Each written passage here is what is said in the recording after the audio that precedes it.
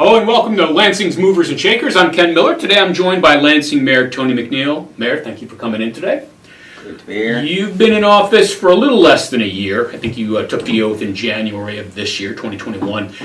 Let's start by talking about maybe things that have surprised you a little bit since you become the mayor. And you were, to be clear, you were on the council for many years before you became mayor, so it's not like you're new to the Lansing government process. But anything surprised you in the past year?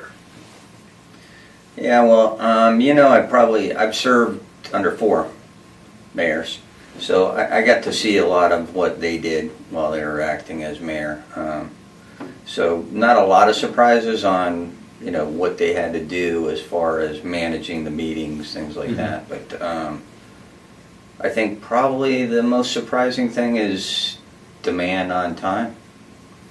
So everybody wants the mayor to go to an event or talk at one of their things that they're having. So I think demand on time is probably the most surprising.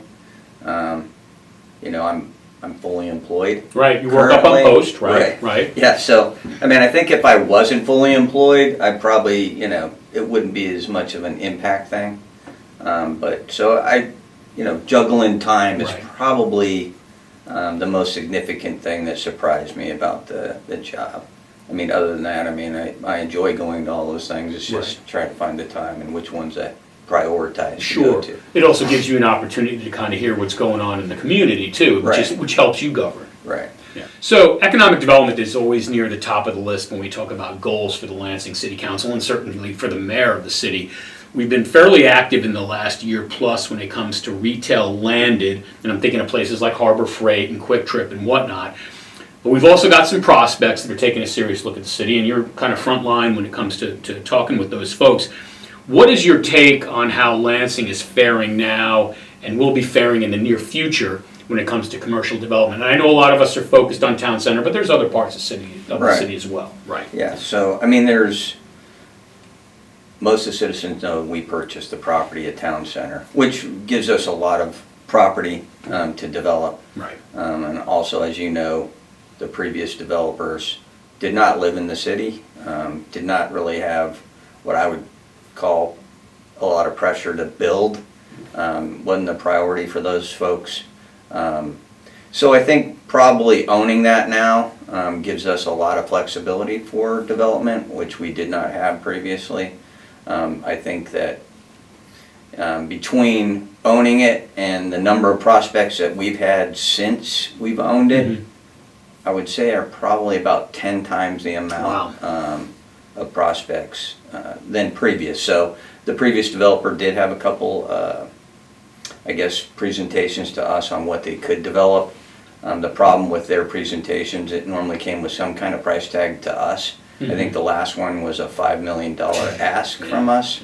It was a great layout and everything, but the city didn't want to actually have to pay them $5 million. Heck, I think we bought it for less than half of that. So owning it is going to give us in the future a whole lot more control over what goes in there. And as you know, I think in the Connection article we talked about a survey of the citizens. We do want to get a feel for what they would like to have in, which would help inform our decisions on future development in that area. But you're right, along K7 there are several areas as well that folks are interested in. I think probably within the next 4 or 5 months we should be able to announce a few other things that we have in the works. Everybody's looking forward to Harbor Freight opening. Right. And I think they're on track after talking to their, their team said that they're doing the inside sometime here early November. Right. So they should be open by Christmas, which would be great. Before Christmas. Before Christmas, there you yes. go. Right. Yeah. All right. So, and the mayor mentioned a survey in the Lansing Connection.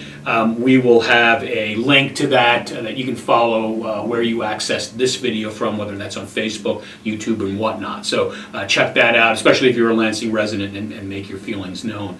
Okay, conversely, and I think we've done pretty well, maybe surprisingly so because of the pandemic, we've done pretty well when it comes to retail development, both what has been accomplished and what is kind of out there percolating right now. But there's also another goal for our council, and that's to build the residential base. So talk a little bit about how that's moving forward.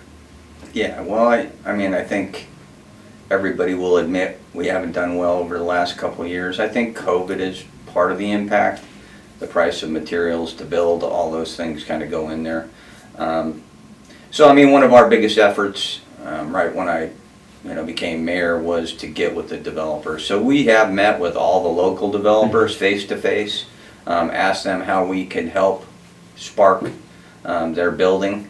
We've also talked to some external developers who might be interested in coming into town. But it has to do with property. So who owns the property? Right.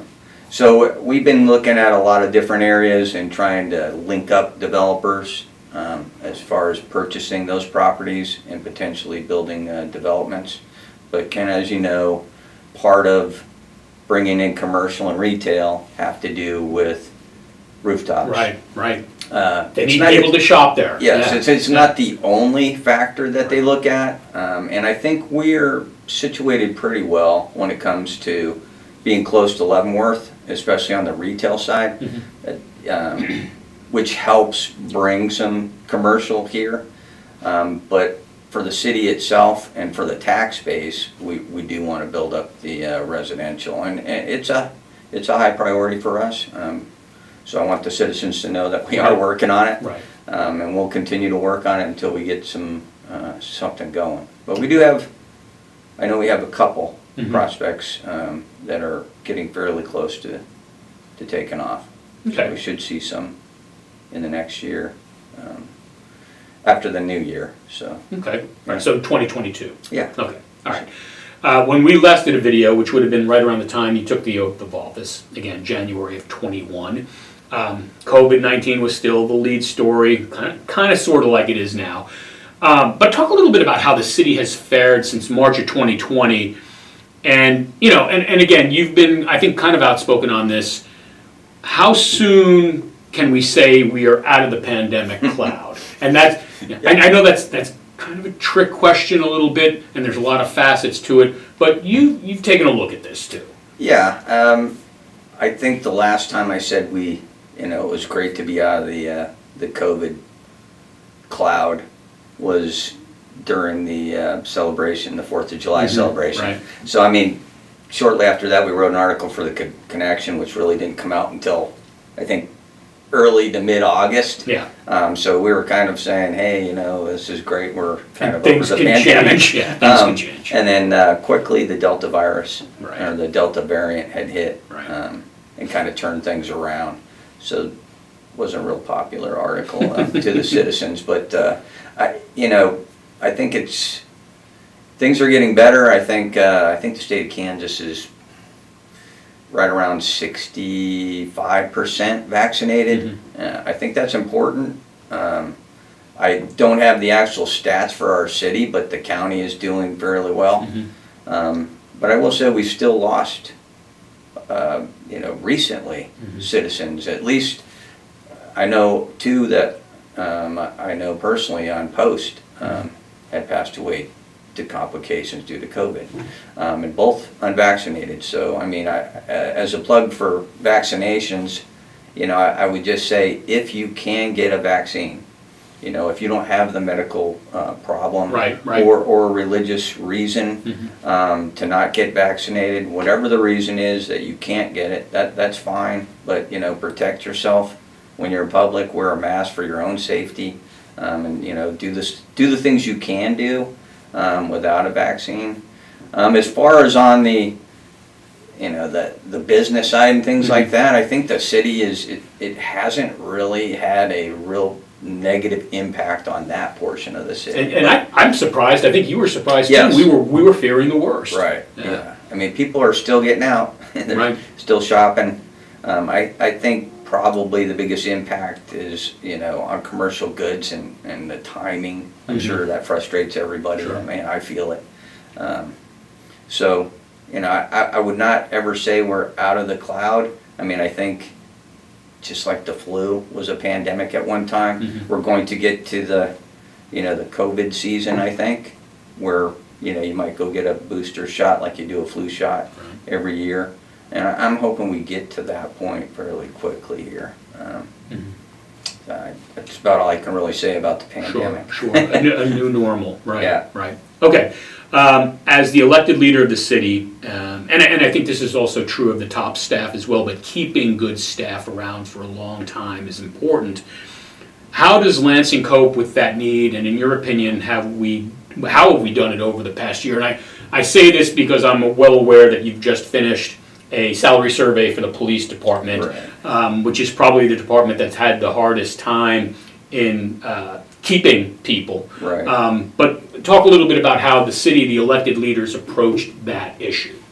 Right. So as anybody who hires or has employees, I mean, I don't care if you're a company, a municipality, whatever it is, turnover is one of their biggest issues, right? I mean, Right. keeping and maintaining your personnel, especially your good personnel, is always a high priority. So, I mean, it is everywhere I've worked, right? So, I mean, for the city, the same thing applies. I think we've been fortunate in that a lot of our division heads have been here for many years, and that keeps some, it keeps it tied to the branches, or the divisions. So, I mean, if you have a good leader at the division level, they kind of take care of their folks. It's also important that they bring up issues on the personnel side. Now, from elected leader side, our main play is policy, right? So looking at the personnel policies, is there anything impacting turnover in those policies? I think residency was one. You recall that Yes, I issue do. that came up? So we took a hard look at that and said, yeah, okay, that doesn't really make a lot of sense that you could never move out of the city. The idea was to get them to buy in and be in the city and, Right. And and stay. you're specifically referring to department heads with that. Right. Right. Yeah. So, that was one thing we looked at and we made some changes, right? So I think it's important to look at what is causing the turnover. In some cases, it's going to be salaries. So maintaining, to be competitive, you want to take a look at those salaries every 5 years or so. And I guess in the case of the police department, it was happening fairly quickly. So we wanted to do that one separate, just to get after that issue right away. They were losing, when they're having quite a bit of turnover. And when we did do the survey, we could tell, hey, I think we were we were low on the list when it came to competitiveness in the area. So I don't think we need, the city doesn't need to be number one in salaries across the area to stay competitive, because we have a lot of other things that, make people want to work in the city. But it's important to take a look at that routinely. So I think we do it every 5 years normally. If we see something that's an issue, we'll kind of do that. But I think as an elected leader, our job is really to make sure we look at the policy piece on the personnel, because that's really what we can impact. The other impact of the elected leaders, of course, would be to hire the city administrator, Right. who also runs most of those policy decisions Right. and on personnel. So, getting that right, I think, is important for the city. And, honestly, I think we got it right with Tim Vandal. I mean, I think he's been a great asset to the city. So that's kind of what I think about on the elected leader side. Right. And when you talk about how active the city council and yourself are, really with the city administrator, that's where you guys are most active. And then after that, the staff it's kind of filtered down to your staff, top staff choosing staff after Right. that. So that's, and I believe when Tim Vandal was hired, we used a search firm, and I think that was at least a regional search, if not a Yes. national search, Yeah, right? It Right. was. Yeah, Okay. We had candidates from all over. Right. Chicago Right. was one of them that was up high. Right. My last question, and this is kind of sort of related, although we're talking now about volunteers, and I know you mentioned it in your last Connection article, but volunteers in this city, probably more than any place I've ever worked, are extremely important. And I think COVID has thrown kind of a monkey wrench into some of that, but talk a little bit about what volunteers, you work with volunteers here, what they mean to the city and what we're trying to do to kind of keep things rolling even despite the pandemic. Yeah, Ken, unfortunately, I think it's been 2 years now that we haven't been able to have like a volunteer appreciation like we do annually.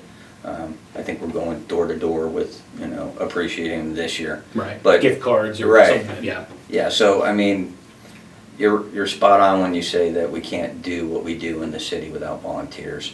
And I mean, I know that it begins to sound like a slogan, because you hear it a lot from staff and the elected leaders about volunteers. But when you think about all of our Parks and Rec programs, all of our boards, all of our committees, all the events we hold, a lot of that is done by a majority of volunteers. So if you don't have volunteers, we either have to contract for it or hire somebody, so that's a cost to the city as well. I think volunteers also bring the community closer together. They get involved. I think the Citizens Academy is a great idea, explaining to citizens how the city runs. It gets them kind of interested in perhaps volunteering for some of the boards. So, honestly, it's not a slogan. We really, truly appreciate all the volunteers we have for our events, because we just couldn't hold them. So yeah, volunteers are very important, and I thank every one of them for their. You mentioned the Citizens Academy, and I know you and Tim spoke to the first class in this year's academy. I think it was back in September. But it's very interesting, and you brought up the fact that it helps. It's not just for them to learn about the city, but it also helps the city learn about them. They obviously have a predisposed interest in local government, and it's not a bad idea to kind of cultivate that, because potentially, I mean, one of the Citizens Academy students in this class is going to be a councilman. He just got elected again. So I mean, it helps us cultivate our populace for potential leaders. Yes, that as well as, and if they don't really want to lead, they're just trying to figure out how a city runs. It helps, especially on the council, and even from my perspective, those folks talk to their neighbors. Oh, well, this is why we have to do whatever. This is why the sewer rates go up, or whatever it is. They just get a better knowledge and understanding of the city. So I mean, that's helpful to us. Public relations arm, in a way. Exactly. Yeah, slowly but surely. Yeah. Okay. All right, I've been speaking with Lansing Mayor Tony McNeil for Movers and Shakers. I'm Ken Miller.